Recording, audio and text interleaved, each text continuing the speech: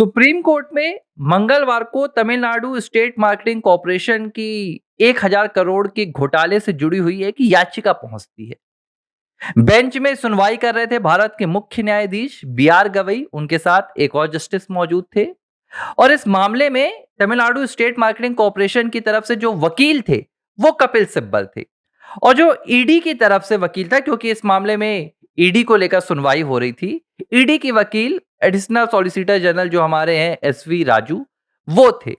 जब सुनवाई होने लगी तो भारत के मुख्य न्यायाधीश बी आर गवई ने सुनवाई के दौरान दो ऐसी बातें कह दी, उन्होंने दो ऐसी चीजें कह दी जिसके बाद एक बार फिर से सवाल खड़ा हो गया कि क्या रस्सी जल गई लेकिन बल नहीं गया।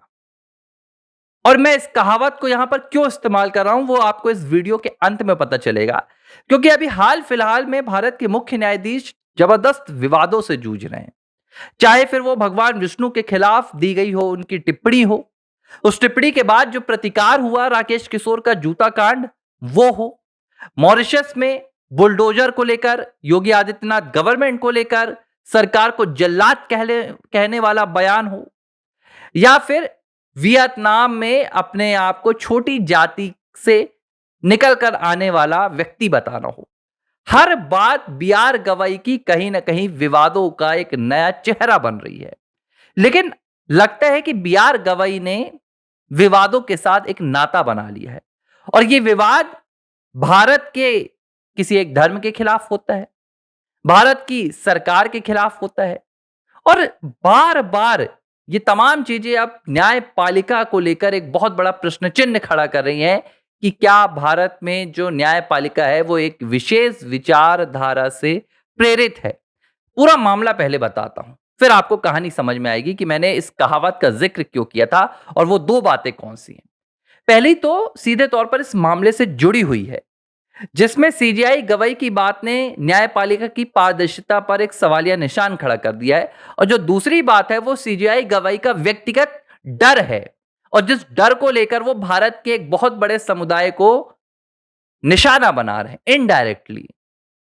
पहली बात उन्होंने याचिका को लेकर की, और उन्होंने कहा कि भाई इसमें यह कहा गया कि जो ईडी है वो इस मामले की जांच ना करे, और ये सीधे तौर पर पुलिस के मामले में दखल होगा। हालांकि इस मामले की जांच ईडी कर रही है। तो कपिल सिब्बल ये पक्ष लेकर पहुंचे थे तमिलनाडु स्टेट मार्केटिंग कॉरपोरेशन की तरफ से, और उन्होंने कहा कि भाई इसकी इजाजत नहीं देनी चाहिए।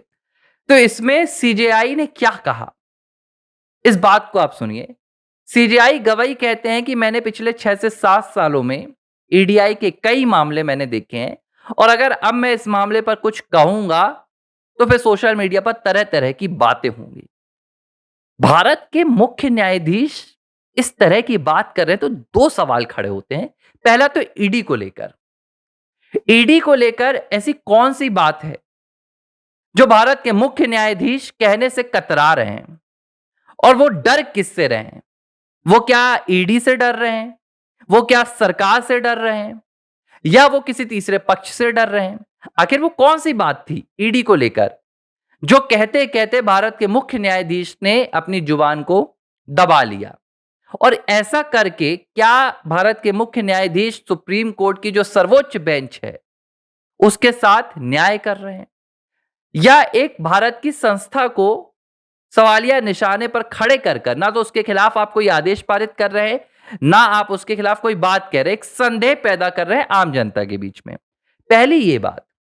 दूसरी बात जो सीजेआई ने की कि अगर अब मैं कुछ कह दूंगा तो मेरे खिलाफ इसे लेकर सोशल मीडिया पर तरह तरह की बातें होने लगेंगी।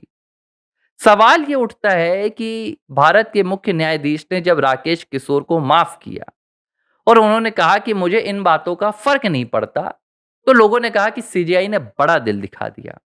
लेकिन उसके बाद एक दिन और सुप्रीम कोर्ट में सुनवाई हो रही थी, और इस सुनवाई के दौरान सीजीआई गवई अपने साथ में बैठे हुए जो जज हैं, न्यायमूर्ति हैं, उनसे कहते हैं कि जज साहब कुछ कहना चाहते थे, लेकिन मैंने उनसे कहा कि बच के कहिएगा, कहीं सोशल मीडिया पर बात ना चली जाए, तो आप मेरे कानों पर कह दीजिए। बार बार सोशल मीडिया के जरिए बी आर गवई मजाक किसका उड़ा रहे हैं? B R Gavai social media के जरिए निशाना किस पर साध रहे हैं?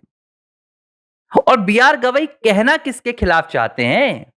भाई थोड़ा-सा खुलकर क्यों नहीं कह रहे हैं जज साहब, आपको किससे डर? क्या बीआर गवई सोशल मीडिया पर निशाना साध रहे हैं? ऐसा तो लग नहीं रहा। अगर सोशल मीडिया पर निशाना साधते तो वो सीधे कहते कि भाई सोशल मीडिया अगर फेसबुक है तो मार्क जुकरबर्ग के खिलाफ कहते, इंस्टाग्राम है तो जकरबर्ग के खिलाफ कहते, या एक्स है तो आपके अमेरिका में कहते, उन्हें कहते। भाई आप इस तरह सोशल मीडिया पर किन लोगों को निशाना साध रहे हैं?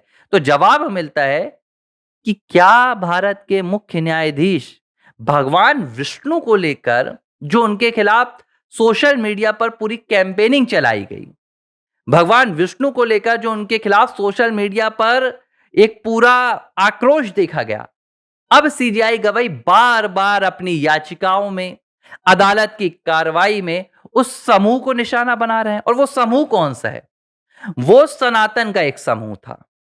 वो भगवान विष्णु के अनुयायी थे, भगवान विष्णु के भक्त थे, सनातन को मानने वाले लोग थे जिन्होंने बीआर गवई का खुले तौर पर सोशल मीडिया पर विरोध किया था। अब मैं ये बात बार-बार रिपीट नहीं करूंगा कि विरोध क्यों किया था, क्योंकि इन्होंने भगवान विष्णु की शक्ति को चुनौती दे दी थी और कह दिया था कि जाओ अपने भगवान विष्णु से कहो कि वही खजुराहो वाली मूर्ति ठीक करवा ले। भारी मात्रा में सोशल मीडिया पर इनके खिलाफ लोगों ने मुहिम छेड़ दी, सड़कों तक पर इनका विरोध हुआ और लोगों ने कहा कि सीजेआई को माफी मांगनी चाहिए। इसी का नतीजा बाद में वो जूता कांड निकला। लेकिन सीजेआई ने इस मामले में ना तो कोई स्पष्टीकरण दिया, सिर्फ एक बयान दिया था जिसमें इन्होंने कहा था मैं सर्वधर्म का सम्मान करता हूं। लेकिन यहां तो एक धर्म के अपमान का मामला था ना जज साहब। आप सर्वधर्म का सम्मान करते हैं, इस पे कोई ऐतराज नहीं है, लेकिन जिस लिहाज से आप सनातन धर्म का अपमान करते हैं, क्या आप सिख धर्म का, ईसाई धर्म का, खास तौर पर मुस्लिम धर्म का भी अपमान करते हैं? अगर आप भगवान विष्णु की शक्ति को चुनौती देते हैं तो आप मोहम्मद पैगंबर की शक्ति को चुनौती क्यों नहीं देते? आप ईसा मसीह की शक्ति को चुनौती क्यों नहीं देते? सीधे तौर पर फिर आप इस तरह की बातें मत कीजिए। अब यहां पर बार-बार सीजेआई मौकरी कर रहे हैं। एक जो जुडिशरी होती है इसमें एक शब्द होता है मौकरी, यानी कि मजाक उड़ाना। सोशल मीडिया के जरिए भारत की क्या हिंदू आबादी का मजाक सीजेआई बार-बार उड़ा रहे हैं, क्योंकि अभी हाल ही में उन्होंने वियतनाम में यह बात कही भी थी कि भाई मैं एक ऐसी जाति से आता था जिसे बेहद लो लेवल कास्ट कहा जाता है। उन्होंने अंग्रेजी शब्द का इस्तेमाल किया, मैं हिंदी में इस्तेमाल भी नहीं करना चाहता हूं। वो यहां जाते हैं वियतनाम तो भारत की आबादी का मजाक, भारत की संस्कृति का वहां पर मखौल उड़ाते हैं और कहते हैं कि वहां आज भी ऐसी चीजें चल रही हैं और सुप्रीम कोर्ट में इस तरह की बातें करते हैं। तो सवाल ये उठ रहा है कि अगर आपको आपत्ति है सोशल मीडिया पर तो एक आदेश निकालिए कि भारत के मुख्य न्यायाधीश बीआर गवई जिनके खिलाफ सोशल मीडिया पर आलोचना होती है, मैं उन आलोचनाओं से आहत हूं और इसलिए मैं ये निर्देशित करता हूं कि भारत के मुख्य न्यायाधीश के खिलाफ किसी तरह की बातें ना की जाए। तो ये तो फिर अभिव्यक्ति की आजादी पर कोड़े मारने वाली बात हो जाएगी। भाई सोशल मीडिया पर लोग बात करेंगे, मैं कह रहा हूं सोशल मीडिया पर छोड़िए, अदालत में लोग खड़े होकर बात कर सकते हैं आपके खिलाफ। इसमें कौन सी बड़ी बात है? भारत का लोकतंत्र इसकी इजाजत देता है। आप अभी वियतनाम में कह रहे थे कि मैं अंबेडकरवादी विचारधारा से प्रभावित हूं, तो अंबेडकरवादी विचारधारा तो यही कहती है कि संविधान को मानिए और संविधान इसकी इजाजत देता है कि आप किसी भी भारत की बड़े से बड़ी पदवी में पहुंच जाएं, बड़े से बड़े पोस्ट में पहुंच जाएं, लेकिन आप लोकतंत्र से बड़े नहीं हो सकते, आप संविधान से बड़े नहीं हो सकते और संविधान अभिव्यक्ति की स्वतंत्रता देता है। आपके खिलाफ अगर अनुचित बातें नहीं हो रही हैं तो आपकी आलोचना का अधिकार भारत की हर जनता को है।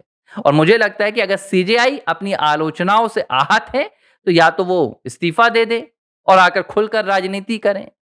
इस तरह इनडायरेक्टली भारत की हिंदू आबादी को मुझे लगता है कि सीजेआई को बार-बार टारगेट करना बंद कर देना चाहिए। एबीसी हिंदी न्यूज आज ही जुड़िए हर खबर के साथ